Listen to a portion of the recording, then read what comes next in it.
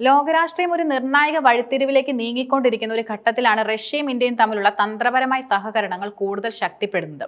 വ്ളാഡിവോസ്റ്റോക്കിൽ നടന്ന eastern economic ഫോറത്തിൽ Russian വ്യവസായ വ്യാപാര ഉപമന്ത്രി അലക്സി ക്രുസ്ദേവ് നടത്തിയ പ്രസ്താവനകൾ ഈ മാറ്റത്തിന്റെ വ്യക്തമായ സൂചന നൽകുന്നു. കേവലം സൈനിക ഇടപാടുകളിൽ ഒതുങ്ങി നിന്ന ഇരു രാജ്യങ്ങളും തമ്മിലുള്ള ബന്ധം ഇപ്പോൾ സിവിൽ ഏവിയേഷൻ, റെയിൽവേ തുടങ്ങിയ സുപ്രധാന മേഖലകളിലേക്ക് വ്യാപിക്കുകയാണ്.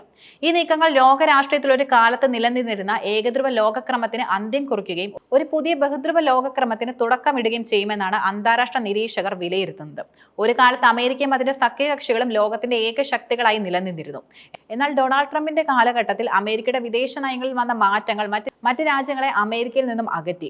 അമേരിക്ക ഫസ്റ്റ് എന്ന മുദ്രാവാക്യം അടിസ്ഥാനമാക്കി മറ്റ് രാജ്യങ്ങളെ ഭീഷണിപ്പെടുത്തിയും അവരുടെ താല്പര്യങ്ങളെ അവഗണിച്ച് മുന്നോട്ട് പോയ ട്രംപിന്റെ നയങ്ങൾ പല രാജ്യങ്ങളെയും ബദൽ ശക്തികളുമായി സഹകരിക്കാൻ പ്രേരിപ്പിച്ചു. ഒരു രാജ്യത്തിന്റെ വികാരങ്ങൾക്കും പരമാധികാരത്തിനും വില കൽപ്പിക്കാതെ സ്വന്തം താല്പര്യങ്ങൾ മാത്രം സംരക്ഷിക്കാൻ ശ്രമിച്ച അമേരിക്കയ്ക്ക് ലഭിച്ച കനത്ത തിരിച്ചടിയാണ് ഇന്ത്യയും റഷ്യയും തമ്മിലുള്ള ഈ പുതിയ സഹകരണം.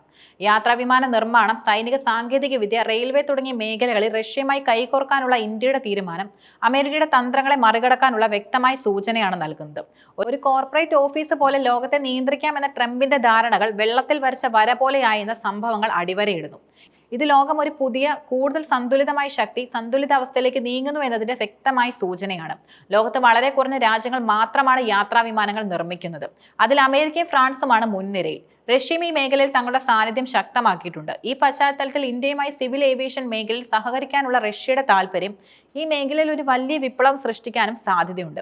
പുതിയ തലമുറ വിമാനങ്ങളും എഞ്ചിനുകളും സംയുക്തമായി വികസിപ്പിക്കുന്നതിൽ ഇരു രാജ്യങ്ങളും തമ്മിൽ ശക്തമായ പരസ്പര പൂരകത്വമുണ്ടെന്ന് റഷ്യൻ ഉപമന്ത്രി ഗ്രുസ്ദേവ് വ്യക്തമാക്കി.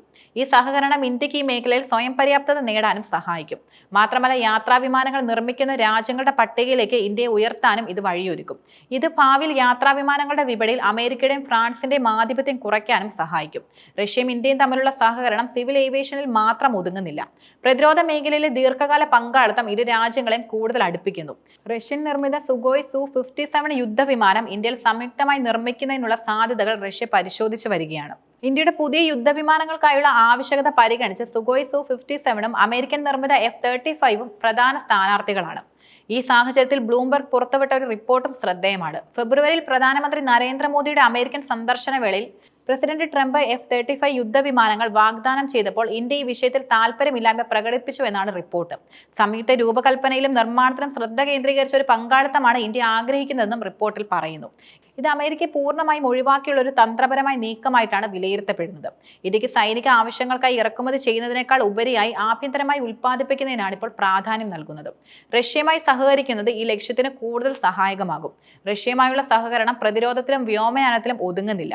ഇന്ത്യയുമായുള്ള പങ്കാളിത്തത്തിന് റഷ്യ ആഗ്രഹിക്കുന്ന മറ്റൊരു പ്രധാന മേഖലയാണ് റെയിൽവേ ട്രക്കുകൾ നവീകരിക്കുന്നതിലും പുതിയ ട്രക്കുകൾ നിർമ്മിക്കുന്നതിലും ഡിജിറ്റൽ സംവിധാനങ്ങൾ വികസിപ്പിക്കുന്നതിലും റോളിംഗ് സ്റ്റോക്ക് വിതരണം ചെയ്യുന്നതിലും സംയുക്ത പ്രവർത്തനങ്ങൾ നടത്താൻ റഷ്യ തയ്യാറാണ്.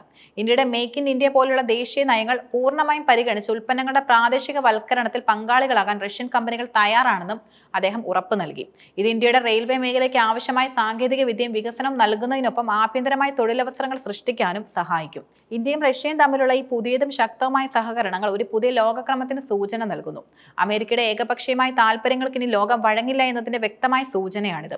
ഇരു രാജ്യങ്ങളും തമ്മിലുള്ള ദൃഢമായ ബന്ധം കൂടുതൽ ബഹുധ്രുവമായ ഒരു ലോകക്രമത്തിനും വഴിയൊരുക്കും. ഇത് കാലക്രമേണ ലോക രാഷ്ട്രീയത്തെയും സാമ്പത്തിക രംഗത്തെയും മാറ്റിമറിക്കും. ഒരു കോർപ്പറേറ്റ് ഓഫീസ് പോലെ രാജ്യങ്ങളെ നിയന്ത്രിക്കാൻ കഴിയില്ലെന്നും മറ്റ് രാജ്യങ്ങളുടെ പരമാധികാരത്തെയും അഭിമാനത്തെ മാനിക്കണമെന്നും ഈ സംഭവങ്ങൾ ഓർമ്മിപ്പിക്കുന്നു. പുതിയ പങ്കാളിത്തത്തിലൂടെയും സഹകരണത്തിലൂടെയും ഇന്ത്യയും റഷ്യയും തങ്ങളുടെ തന്ത്രപരമായ താല്പര്യങ്ങൾ സംരക്ഷിക്കാനാണ് ശ്രമിക്കുന്നത്.